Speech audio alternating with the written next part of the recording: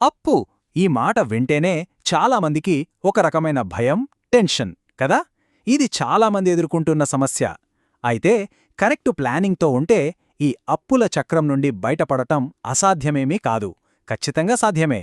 సరే, ఈ రోజు మనం అప్పుల నుంచి ఎలా బయటపడాలి అనే దానిపై కొన్ని ప్రాక్టికల్ టిప్స్ చూద్దాం. చూశారు కదా, ఎవరూ కావాలని అప్పులు చేసి ఇబ్బందుల్లో పడాలని అనుకోరు. ఈ మాట ఎంత నిజమో. చాలాసార్లు అప్పనేది మన చేతుల్లో లేకుండా అనుకోకుండా జరుగుతుంది. అంతేకాని ఇదొక పర్సనల్ ఫెయిల్యూర్ కాదు. ఈ జర్నీ మొదలుపెట్టే ముందు ఈ ఒక్క విషయం గుర్తుపెట్టుకోవడం చాలా చాలా అవసరం. సరే, ఈ అప్పుల నుంచి బయటపడే ప్రయాణంలో మనం మొత్తం 5 కీలకమైన దశల గురించి మాట్లాడుకుందాం. అవేంటంటే, అప్పుల ఊబి ఎందుకు ఏర్పడుతుంది, మనం వెయ్యాల్సిన మొదటి అడుగు ఏంటి, ఎలాంటి వ్యూహం పాటించాలి, మన ప్లాన్ ఎలా ఉండాలి, ఇంకా ఫ్యూచర్లో ఎలాంటి ఒత్తిడిని ఎదుర్కోవాలి అనేవి. రైట్, ఇక మొదటి టాపిక్లోకి వెళ్ళిపోదాం. అసలు ఈ అప్పుల ఊబిలో ఎందుకు చిక్కుకుంటారు? చాలాసార్లు ఇది కావాలని చేసేది కాదు, మన కంట్రోల్లో లేని కొన్ని కారణాల వల్లే ఇలా జరిగిపోతూ ఉంటుంది. ఉదాహరణకి, అనుకోకుండా వచ్చే హెల్త్ ఎమర్జెన్సీలు, లేదా కోవిడ్ మహమ్మారి వచ్చినప్పుడు చాలామంది ఉద్యోగాలు పోయాయి.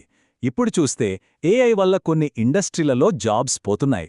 వీటికి తోడు మనం ముందు నుంచే కట్టుకుంటున్న ఈఎంఐలు.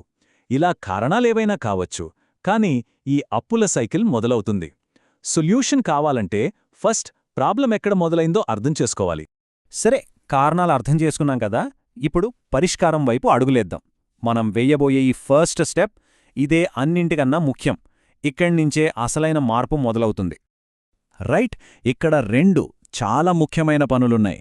మొట్టమొదటిది, కొత్తగా ఎక్కువ వడ్డీ ఉండే అప్పులు చేయడం వెంటనే ఆపేయాలి. అంటే పర్సనల్ లోన్స్, క్రెడిట్ కార్డ్ అప్పులు లాంటివి అన్నమాట. ఫోన్లో ఏవైనా లోన్ యాప్స్ ఉంటే వెంటనే డిలీట్ చేసేయండి. ఇక రెండోది, మన ఆర్థిక పరిస్థితి ఏంటి అనేది ఒక కంప్లీట్ లిస్ట్ తయారు చేసుకోవాలి. జస్ట్ ఒక పేపర్ పెన్ తీసుకోండి. ఒకవైపు మన ఆస్తులేంటి, ఇల్లు, కారు, కొంచెం పొలముంటే అది సేవింగ్స్. మరోవైపు మన అప్పులు, home loan, car loan, personal loan, ఇలా అన్నీ.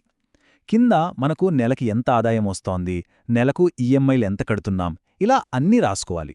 ఈ ఒక్క పని చేస్తే చాలు, బ్రెయిన్కొక క్లారిటీ వస్తుంది.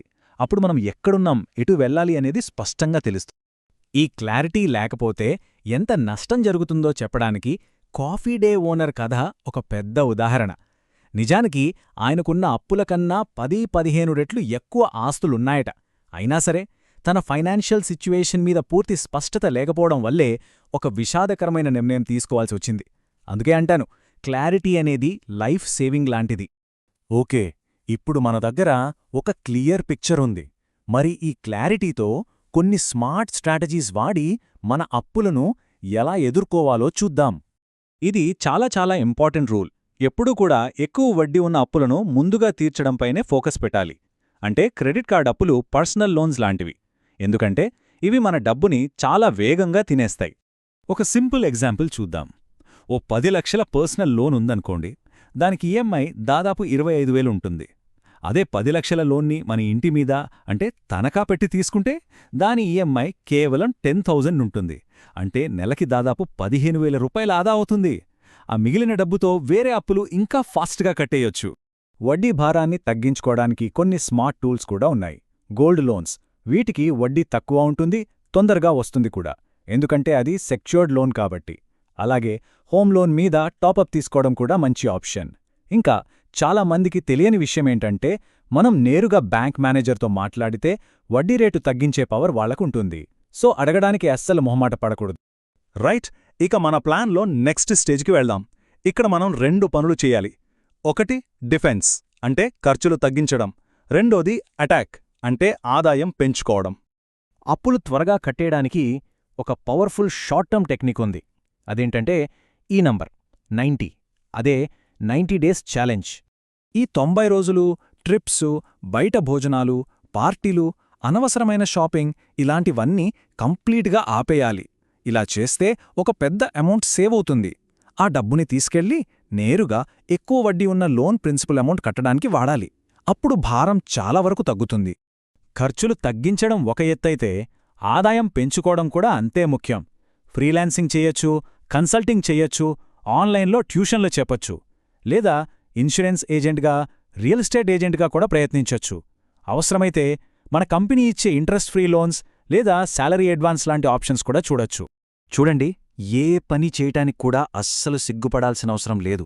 సాక్షాత్తు సూపర్ స్టార్ అమితాబ్ బచ్చన్ గారే ఆర్థికంగా నష్టపోయినప్పుడు టీవీలో షో చేయటానికి ముందుకొచ్చారు. అప్పుల్లో కూరుకుపోయి బతకడం కన్నా ఏ పని చేసినా సరే ఆ అప్పు తీర్చేయడం ఎంతో గౌరవం. ఓకే, ఖర్చులు తగ్గించాం, ఆదాయం పెంచాం, ఇక అంతా అయిపోయినట్టేనా? కాదు. అసలైన ఛాలెంజ్ డబ్బుతో కాదు, మన ఆలోచనలతో, చుట్టూ ఉన్న సమాజంతో. ఇప్పుడు ఆ ప్రెషర్ని ఎలా ఎదుర్కోవాలో చూద్దాం. ఒకసారి అప్పుల నుంచి బయటపడ్డాక అసలసిసలైన రిస్క్ మొదలవుతుంది. అదేంటంటే మన చుట్టూ ఉన్న వాళ్ల నుంచి వచ్చే లైఫ్ స్టైల్ ప్రెషర్. ఫ్రెండ్స్ కొత్త ఫోన్ కొన్నారు, బంధువులు పెద్ద కార్ కొన్నారు అని మనం కూడా అప్పు చేసి కొనాలనే ఒక ఒత్తిడి. దాన్ని తట్టుకోవడమే పెద్ద సవాలు. ఈ ప్రెజర్ ఎంత ప్రమాదకరమో చెప్పడానికి ఒక నిజంగా జరిగిన విషాద సంఘటన గురించి చెప్పాలి. ఒక ఆటో డ్రైవర్, ఆయనకప్పటికే అప్పులున్నాయి, అయినా తన 17 ఏళ్ల కొడుకు బ్రాండెడ్ బైక్ కావాలని పట్టుబట్టడంతో ఒత్తిడికి తలొగ్గి మరో 3 లక్షల అప్పు చేసి కొనిచ్చాడు. జస్ట్ 2 నెలల తర్వాత అదే బైక్ మీద యాక్సిడెంట్లో ఆ అబ్బాయి చనిపోయాడు. పాపం ఆ తండ్రికి కొడుకు దూరమయ్యాడు, అప్పు ఇంకా పెరిగిపోయింది. చూడండి, ఒత్తిడికి లొంగి చేసిన అప్పు చివరికి ఎంతటి విషాదానికి దారితీసిందో. సో ఈ ప్రశ్న మనల్ని మనం వేసుకోవాలి. చుట్టూ ఉన్నవాళ్ల ఒత్తిడికి లొంగిపోయి అప్పుల్లోకి వెళ్లడం నిజంగా అవసరమా? కోరికలకు, అవసరాలకు మధ్య తేడా తెలుసుకోవాలి కదా. చివరగా ఒక్కటే విషయం, అప్పు అనేది జీవితాంతం ఉండేది కాదు, అదొక తాత్కాలిక దశ మాత్రమే. సరైన ప్లాన్, కొంచెం డిసిప్లిన్, ఇంకా గట్టి సంకల్పం ఉంటే ఈ ఫేజ్ నుంచి ఖచ్చితంగా బయటపడి ఫైనాన్షియల్ ఫ్రీడమ్ సాధించవచ్చు.